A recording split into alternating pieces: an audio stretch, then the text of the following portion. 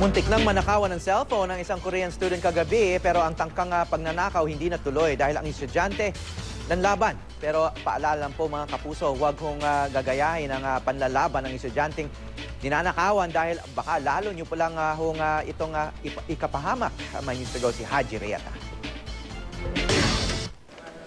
Hindi raw binitawan ng Koreanang estudyanteng ito ang kamay ng humablot sa kanyang mamahaling cellphone hanggang hindi niya ito nababawi. Dagdag pang komosyong idinulot nito, kaya ang holdupper arestado. Ayon sa 18 taong gulang na estudyante ng De La Salle College of St. Benilde, pauwi na raw sana siya sa tinutuloyang condominium kagabi nang atakihin siya ng holdupper. Yes, just walking. Where? Along Taft Avenue. So you were walking alone? And then suddenly, He snatching my cellphone and then run. Nagulat daw siya pero di raw siya natakot sa holdupper at hindi binitawan ng suspect. Habang tumatakbo, sumisigaw raw siya ng saklolo kaya rumisponde ang mga security guard ng nasabing eskwelahan. Nang may narinig ako na isang kasamahan namin sumisigaw na may nadukutan daw sa Along Taft Avenue sa harap nung pinagjujutihan niya sa may Velasco Gate.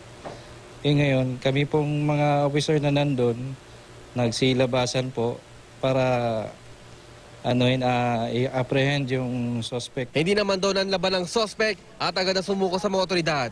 Naibalik din sa biktima ang kanyang cellphone.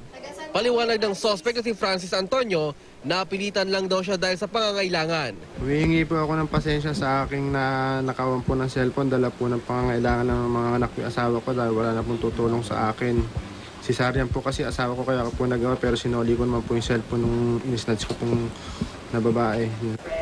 Sa kabila ng nangyari, di naman daw nag-ibang tingin ng biktimang Koreana sa mga Pilipino dahil marami naman daw siyang kaibigang Pilipino na mabait at matulungin. Naharap sa reklamong robbery ang suspect na nasa MPD headquarters na. Haji Rieta, GMA News.